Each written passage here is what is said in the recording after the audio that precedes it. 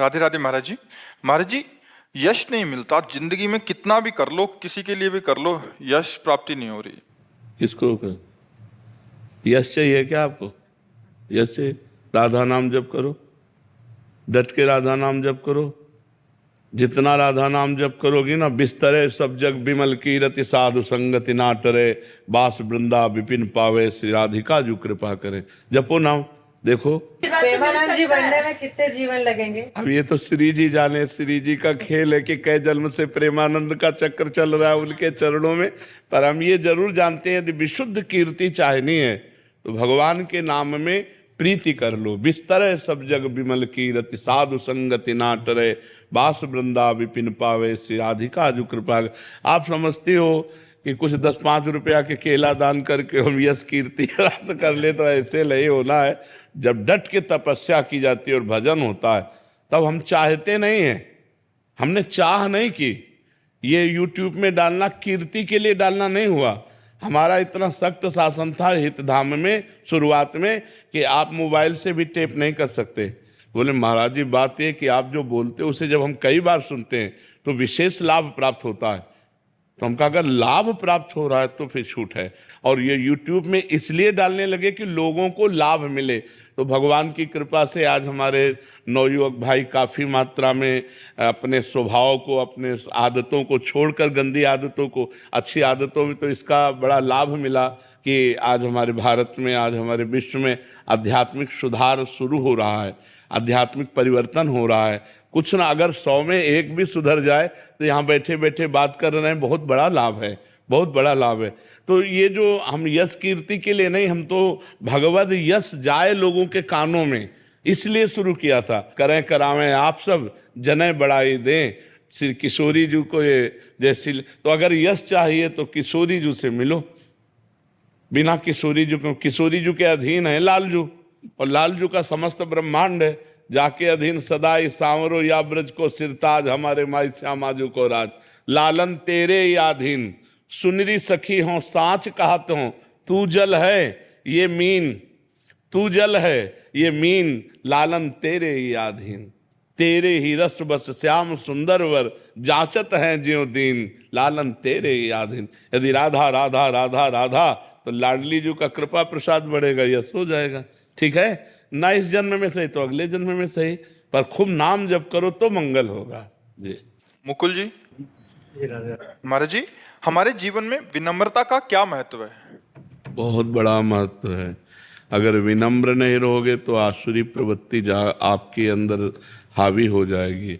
आसुरी प्रवृत्ति हावी हो जाएगी तो बहुत बड़े दोष प्रकट हो जाएंगे, हमारी दुर्गति करवा सकती है। इसलिए विनम्रता तो आवश्यक ही है। और ये विद्या का जो अध्ययन किया जाता है, ये विनम्रता ही सिखाती है। विद्या विनयम ददाती। जो आधुनिक विद्या पढ़ करके आज उद्दंड हो रहे हैं, ये विद्या नहीं, अविद्या है।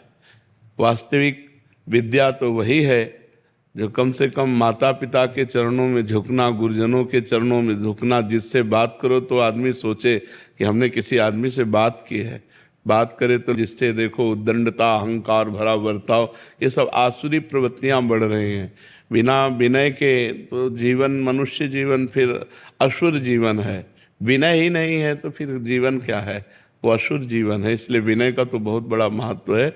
और विद्या विनयम ददाती, वही विद्या है जो विनयी बना दे, जो हमें सौम्य गंभीर बना दे, मृदुभाषी बना दे, परोपकारी बना दे, भगवत चिंतन वाला बना दे, तब तो जीवन सार्थक है। आनंद कुमार गुप्ता जी, जबलपुर। महाराज जी, आपके चरणों में कोटि कोटि प्रणाम। गुरुदेव, खुद को भूलकर इष्टाकार वृत्ति में चित्त की दशा कैसे होगी महाराज जी? निरंतर नाम जप करने से।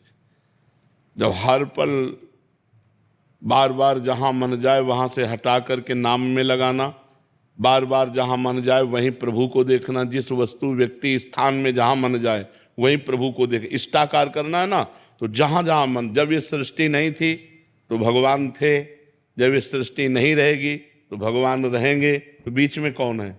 भगवान ही है। जब गहना नहीं बना था तब सोना था, जब गहना बिगड़ जाएगा तब सोना रहेगा। तो बीच में गहनों के रूप में क्या है? सोना ही तो है। ऐसे ही स्त्री पुरुष नाम रूप है, लेकिन वो परमात्मा है। तो भजन करते समय हमारा जहां मन जाए वहां से हटाकर भजन में लगाना, या जहां मन जाए जिस स्त्री पुरुष जड़ चैतन्य वस्तु व्यक्ति स्थान पर परिस्थिति घटना सबको भगवान में देखना, तो हमारी वृत्ति भगवदाकार होती जाएगी। अधिक से अधिक भगवान का चिंतन, संसार का चिंतन छूटना, उतना ही भगवदाकार होना। और जब संपूर्ण चिंतन छूट जाना तो दर्पिता अखिलाचारिता तद स्मरणेन परम व्याकुलतेति, समस्त आचरण भगवान को समर्पित, एक क्षण के लिए भी विस्मरण होने में परम व्याकुलता पैदा हो जाए, तब भगवदाकार वृत्ति हो जाएगी। पर अभ्यास बहुत जोर का, ये सातु दीर्घ काल निरंतर सत्कार सेवितो दृढ़ भूमि, दीर्घ काल सत्कार पूर्वक निरंतर भजन किया जाए तब वो दृढ़ भूमि तैयार हो जाती है। हर समय नामाकार वृत्ति चलती है। जब नाम में वृत्ति हो जाती है तब उसमें रूप छाता है। देखी रूप नामाधीना, और जहाँ रूप छाया तो भगवदाकार वृत्ति हो जाती है। भगवान का रूप ऐसा है कि एक बार जो देख ले तो फिर और कुछ देखने लायक नहीं रहता, वो उसी प्रेम में मतवाला हो जाता है। रूप छके घूमत रहें तन को तनिक न भान, नारायण दृग जल बहे यह प्रेम पहचान। बार बार आंसू निकल रहे हैं, बार बार भगवान के चिंतन में विकल है, तो और कुछ याद है। और कछु न सुहाए तिनको जुगल सेवा सुख पगी, केवल प्रिया प्रीतम, और कुछ अच्छा ही नहीं लगता। जब सर्वोत्तम रूप देखने को मिल जाता है, सर्वोत्तम आनंद मिल जाता है, आत्यंतिक सुख मिल जाता है, तो इन क्षणिक नाशवान भोगों की तरफ या नाशवान रूपों की तरफ मन जाएगा ही क्यों? तब वो भगवदाकार वृत्ति हो जाती है। पुनीत कुमार शर्मा जी। राधे राधे प्रभु जी। राधे राधे महाराज जी। महाराज जी, मन की शांति के लिए कोई आप मंत्र बता सकते हैं? राधा राधा, सब जगह खूब सेवा सत्कार भजन साधना करने के बाद राधा। पूज्यपाद भाई जी हनुमान प्रसाद पोद्दार जी के पास बाबा राधा, अंतिम स्थिति राधा। अगर पकड़ पाओ तो पकड़ लो, नहीं तो फिर राम कृष्ण हरि भगवान के विविध नाम है, जो नाम प्रिय लगे सो नाम जप करो। सब नामों में समान सामर्थ्य है, सब नामों में उद्धारक शक्ति समान रूप से है। लेकिन हमसे पूछोगे तो हमारा प्राण धन जीवन राधा नाम है। राधा नाम है जीवन हमारा, राधा नाम प्राण आधार है, राधा नाम है कर्ता विधाता, राधा नाम पालनहार है, राधा नाम सबका पूज्य है। राधा नाम का पूजन करें, राधा नाम के ही ध्यान से हम शुद्ध अपना मन करें। राधा नाम के जप ध्यान से प्रेम बढ़ता जाएगा। राधा नाम ही हमें अंत में प्रेम में निकुंज में पहुंचाएगा। ये निकुंज तक का राही है राधा नाम। जो चाहो, हमारा मन भी शुद्ध हो जाएगा, तन भी शुद्ध हो जाएगा। जी। अमन तिवारी जी, रीवा से। राधे राधे। राधे राधे महाराज जी।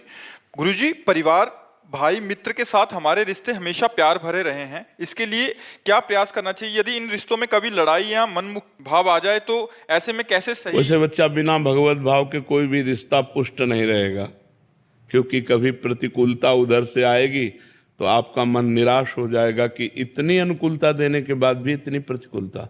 और जब हम भगवत भाव रखेंगे तो हम अनुकूलता का भाव रखा ही नहीं, हमने तो भगवत भाव रखा है। जो हमने अब किया अपने प्रभु के लिए किया, उधर से जो आया मेरे प्रभु का विधान है, इसलिए जोई जोई प्यारो करे सोई मोई भावे, नाराज होने की बात नहीं।